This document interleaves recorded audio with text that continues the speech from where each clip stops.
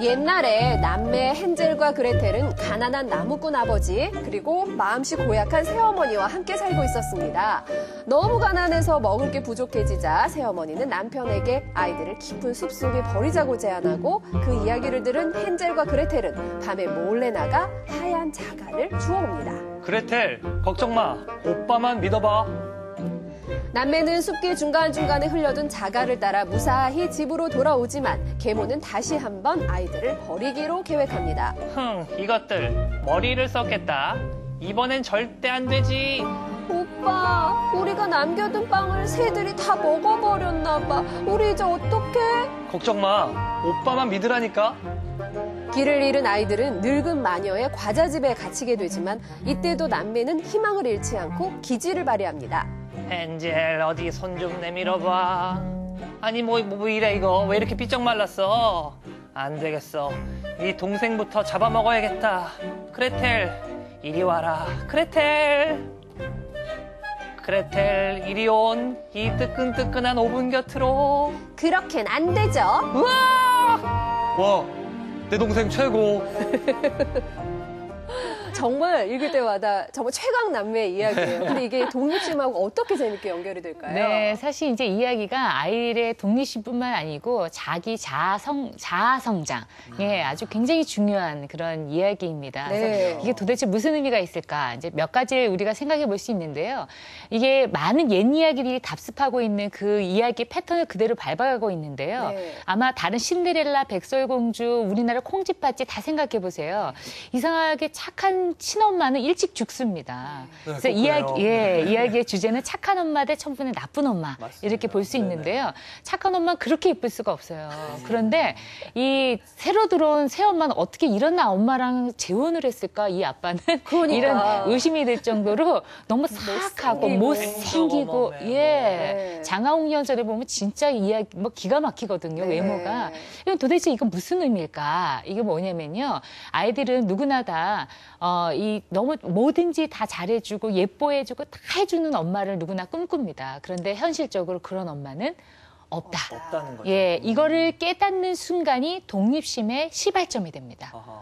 네. 아니 우리가 흔히 그런 전래동화에서는 뭐 새엄마를 너무 나쁘게만 그렸어 하고 네. 폐마했었는데 그게 네. 아니라 우리 절대로 선조들한테는 아니에요. 더 깊은 뜻을 담고 네. 이렇게. 예, 그래서 이런 옛 이야기들이 그렇군요. 굉장히 많은 상징이 있어서 많이 좀 들려주시는 게 좀 도움이 네. 되는데요. 그럼 두 번째, 그럼 이 이야기에서 뭘 생각해 볼 수 있냐면은, 이 나쁜 엄마에게 아이들이 그 다음에는 이제 꼭 버림을 받아요. 그렇죠. 예, 네. 그래서 이 아이들이 이제 많은 고난을 이제 막 겪게 되긴 하는데요. 이 이야기는 또 어떤 의미가 있냐면은, 아이들이 성장하고 발달하기 위해서는 엄마랑 건강하게 독립되고 분리가 돼야 된다라는 걸 의미하는 겁니다. 그래서 우리가 분리 개별화 이렇게 이야기하는데 세속의 엄마를 떠나서 아이들이 정말 진정한 자기 자신으로 이렇게 좀 클 수 있도록 도와줘야 되는 건데 너무 모성에 휩싸이게 되면 아이들이 건강한 심리 발달은 기대하기가 좀 어렵습니다. 그래서 그 이야기를 하고 있는 거고요.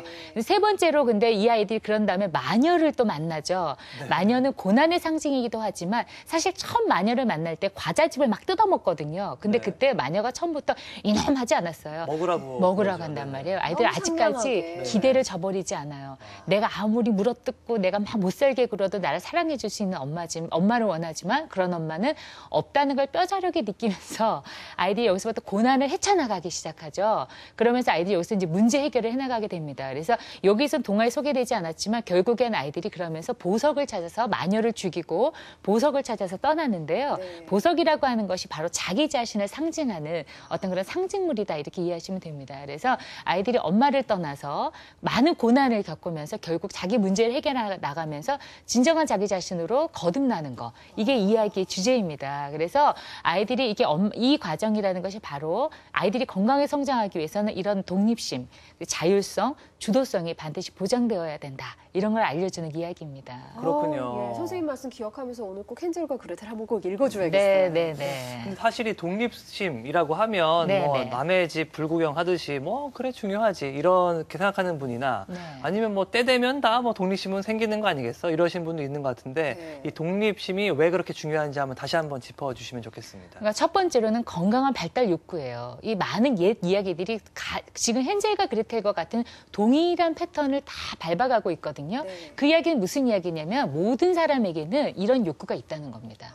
그리고 이렇게 이 단계를 반드시 밟아 나가야 된다는 겁니다. 그렇게 될 때 진짜 사람이 사람답게 성장해 나갈 수 있다는 거죠. 그래서 이거는 아이들이 반드시 마땅히 존중돼야 될, 아이들이 반드시 섭취해야 될 의무사항이고 필수사항이다. 이렇게 생각하시면 되겠고요. 그다음에 두 번째로는 바로 이런 독립심이라는 게 건강한 성인으로 책임지고 인생을 살아나갈 수 있도록 돕는 힘이 됩니다. 그러니까 이런 독립심을 이제 갖고 있어야 다른 사람에게 의존하지 않으면서 자기가 한 일에 대해서, 자기가 한 말에 대해서 책임을 지면서 살아갈 수 있게 되죠. 근데 독립심이 없으면 어떻게 되냐면 엄마 때문에, 쟤 때문에, 남편 때문에 이제 이렇게 되죠. 책임 전가를 네네. 그래서 굉장히 옆에 있으면 참 이렇게 짜증나는 그런 사람이 되게 됩니다. 그래서 사실 많은 심리 치료의 궁극적인 목표는 뭐냐면 진정한 책임감을 가지면서 이 현실을 제대로 살아나갈 수 있게끔 도와주는 거예요. 그러니까 환상 속에서 사는 것이 아니고, 근데 이렇게 하기 위해서는 반드시 필요한 것이 바로 자기 책임감이다.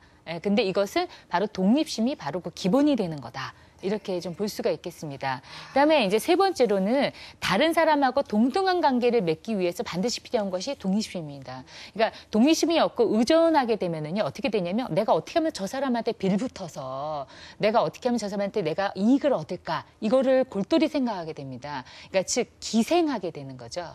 예, 근데 이렇게 되면은 어떻게 되면 이 사람을 자꾸 심리를 살펴야 돼요. 심기를 살펴야 되고, 이 사람이 불편하면 나는 얻을 수 있는 게 없잖아요. 그러니까 자꾸 잘 비율을 맞춰야 되고 자꾸 뭔가를 해줘야 되고, 그러니까 굉장히 비굴하게 되죠. 그러네.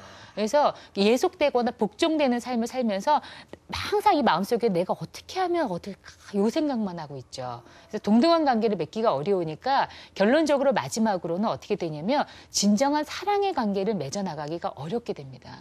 그러니까 사랑이라고 하는 것은 서로 상호 간에 서로 간에 관심을 가지면서 그 사람의 삶을 이렇게 확장시켜 나가는 것이 궁극적인 목표예요. 네. 그런데 이렇게 독립심이 없는 사람은 자꾸 기생하고 뺏으려고만 하기 때문에 이 사람의 성장에는 관심이 없습니다.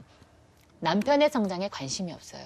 아이의 성장에 관심이 없어요. 누구에게만 관심이 있냐면 나에게만 관심이 있게 됩니다. 그렇군요. 예, 그래서 진정한 사랑의 관계를 유지하기가 어렵죠. 혹시 지금도 남편을 탓하고 원망하고 싶으신 어머님들이 계시다면 잠깐 접어놓으시고 내가 정말 할 수 있는, 책임지고 할 수 있는 일이 무엇인가, 이걸 찾는 것부터가 우선이다. 이렇게 말씀드리고 싶습니다. 네.